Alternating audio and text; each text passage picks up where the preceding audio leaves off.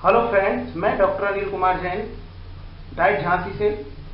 आज हम जानेंगे वर्तमान भारतीय समाज और प्रारंभिक शिक्षा पेपर के अंतर्गत कि मारिया मोंटेसरी का शिक्षा दर्शन क्या है। मारिया मोंटेसरी ने अपनी शिक्षा दर्शन में क्या क्या कहा है, इसके बारे में हम जानेंगे। हमारा इस टॉपिक को पढ़ाने का उद्देश्य है कि हम जानेंगे कि मारिया मोंटेसरी का जीवन परिचय क्या है, मारिया मोंटेसरी का जो शिक्षा दर्शन है उसके बारे में बच्चे जान सकेंगे। मारिया मोंटेसरी के अनुसार शिक्षा का क्या अर्थ है, उसका क्या उद्देश्य है, क्या पाठ्यक्रम था, शिक्षण विधियां क्या थी, उन विद्यालय का स्वरूप क्या था, शिक्षक छात्र संबंध क्या थे, इसके बारे में हम अवगत हो सकेंगे। और हम जानेंगे कि मोंटेसरी का जो शिक्षा दर्शन है वो अन्य शिक्षा दर्शनों से उसका एक तरह से तुलनात्मक अध्ययन भी हम अपने इस कोर्स के माध्यम से करेंगे। सबसे पहले जानेंगे हम मोंटेसरी का जीवन परिचय। इनका जन्म इटली के धनी परिवार में हुआ था, 1870 में हुआ था। ये उस देश की पहली महिला थी जिन्होंने उच्च शिक्षा प्राप्त करके पहली डॉक्टर बनी। इन्होंने रोम विश्वविद्यालय में मंद बुद्धि और असाधारण बच्चों की शिक्षा और उसकी चिकित्सा का कार्यभार संभाला। इन्होंने बालकों के मानसिक विकास के अध्ययन पर ज्यादा रुचि दिखाई। इन्होंने मंद बुद्धि बालकों को भी सभ्य, शिक्षित, व्यवहार कुशल बनाया जा सकता है, ऐसा इनका मानना था। इन्होंने अपने अनुभवों को साकार रूप देने के लिए प्रयोगात्मक तथा सामाजिक मनोविज्ञान का अध्ययन किया। इन्होंने अपनी एक नवीन शिक्षा प्रणाली या नवीन शिक्षण पद्धति को जन्म दिया जिसको मोंटेसरी पद्धति के नाम से जाना जाता है, और इनकी मृत्यु 1952 में हो गई थी। ये था इनका जीवन परिचय। मारिया मोंटेसरी के अनुसार शिक्षा का अर्थ यह था कि बच्चे का जो स्वाभाविक विकास होता है उसमें अगर हम सक्रिय रूप से सहायता कर पाते हैं तो वही शिक्षा है और उसी को ही हमें शिक्षा समझना चाहिए, ऐसा इनका मानना था। इन्होंने बच्चों की शिक्षा पर ही ज्यादा ध्यान केंद्रित किया और इनके जो शिक्षा दर्शन में जो शिक्षा दर्शन था उसमें केवल 3 वर्ष से 7 वर्ष के आयु के बच्चों को ही रखा गया था या उनसे ही संबंधित था। शिक्षा के उद्देश्य, इनका जो उद्देश्य थे, शिक्षा देने के जो उद्देश्य थे उसमें यह था कि बच्चों के अंदर जो जन्मजात शक्तियां हैं और उनकी जो क्षमता है उनको कैसे विकसित किया जाए।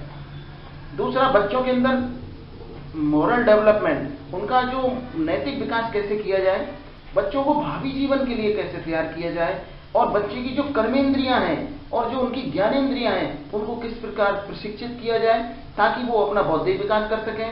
और शिक्षा का एक उद्देश्य और भी था कि बच्चों को पर्यावरण का ज्ञान करा करके और वो उसके साथ कैसे अपने आप को समायोजन कर सकें, ऐसी क्षमता भी उनके अंदर विकसित करना भी शिक्षा का उद्देश्य था।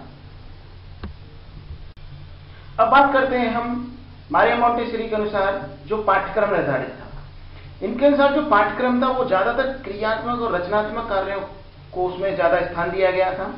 इन्होंने कक्षा 1 से लेकर 5 तक के लिए पाठ्यक्रम की एक रूपरेखा तैयार की थी, क्योंकि इनका जो शिक्षा दर्शन था वो केवल बच्चों से ही संबंधित था और 3 से 7 वर्ष के बच्चों के लिए ही था।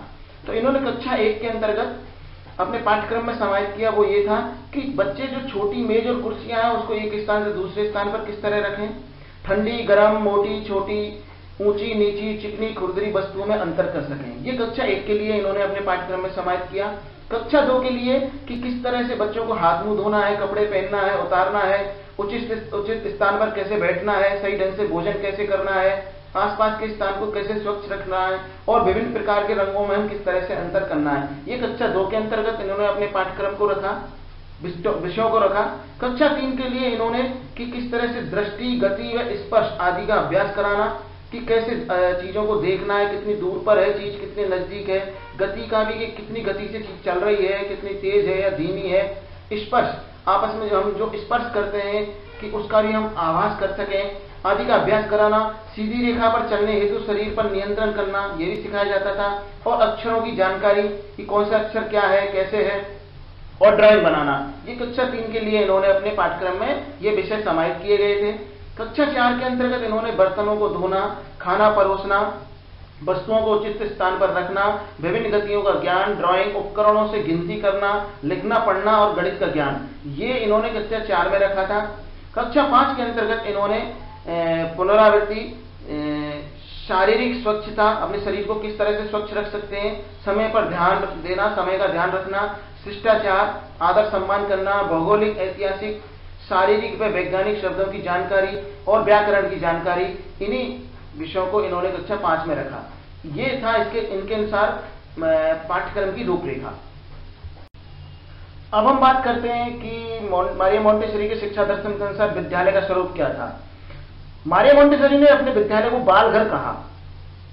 इन्होंने बालघर इसलिए कहा कि जो इनका विद्यालय था एक तरह से बहुत बड़े घर की तरह था और उसमें वो बच्चों की सारी आवश्यकताओं की चीजें उपलब्ध रहती थी। विद्यालय घर के समान होता था। विद्यालय के अंदर ही खेल का मैदान व सुंदर उद्यान अवश्य होते थे। विद्यालय का वातावरण या बालघर का जो वातावरण था वो बहुत ही शांत रहता था। ये एक बहुत बड़े कमरे के रूप में होता था। सभी बच्चे एक साथ एकत्रित होते थे और अपनी साफ सफाई, सजावट, देख रेख स्वयं करते थे। अपनी कुर्सी और मेजों को भी आप ये खिसका सकते थे क्योंकि बहुत छोटे छोटे रहते थे। इन विद्यालयों में या इन बालघरों में कोई भी किसी भी तरह की कोई समय सारणी नहीं होती थी। बालक स्वतंत्रता पूर्वक स्वतंत्र तरीके से अपने कार्य को करता था। यह था इनका विद्यालय का स्वरूप। अब हम बात करते हैं कि शिक्षा दर्शन में शिक्षक की भूमिका क्या थी। मारिया मोंटेसरी ने ज्यादातर स्त्री शिक्षकों को ही अपने बालघर में स्थान दिया।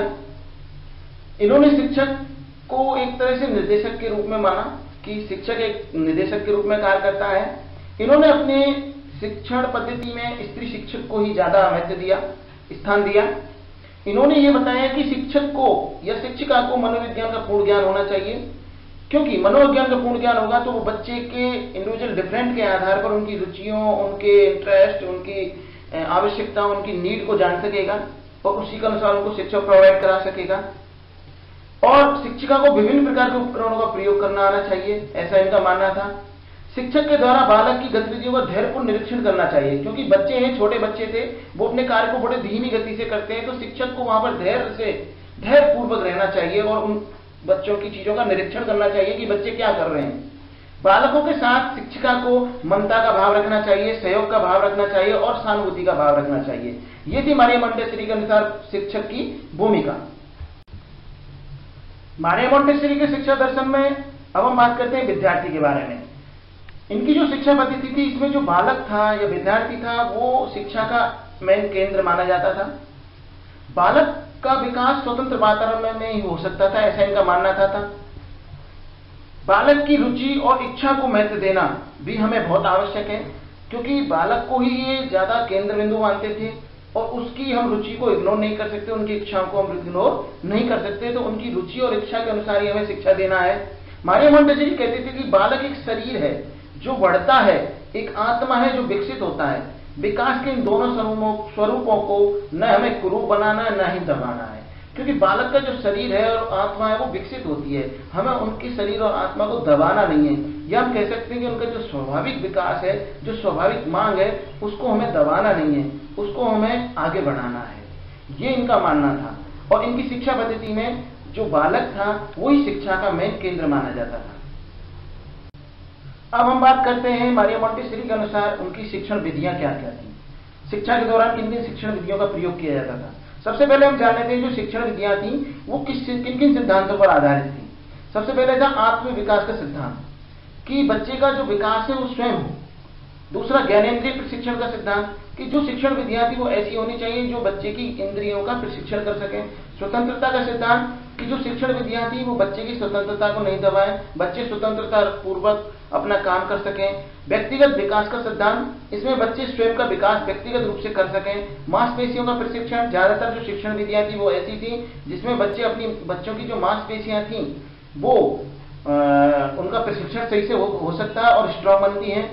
और लास्ट सिद्धांत था खेल विधि द्वारा शिक्षा का सिद्धांत। इनकी जितनी भी शिक्षण विधियां थी, ज्यादातर शिक्षण विधियां थी वो खेल विधियों पर आधारित थी।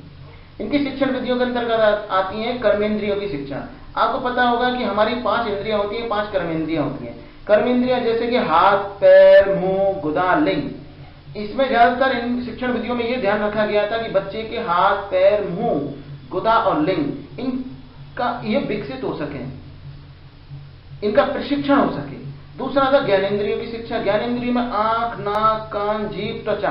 आंखों से देखना, नाक से सूंघना, बहुत सारी सूंघने वाली चीजें, कान से सुनने वाली चीजें, जीभ से स्पर्श मतलब टच करने वाली चीजें, स्वाद की चीजें, या त्वचा मतलब स्पर्श की चीजें, इनका भी प्रशिक्षण देना, ये भी इनकी शिक्षण विधियों के अंतर्गत था।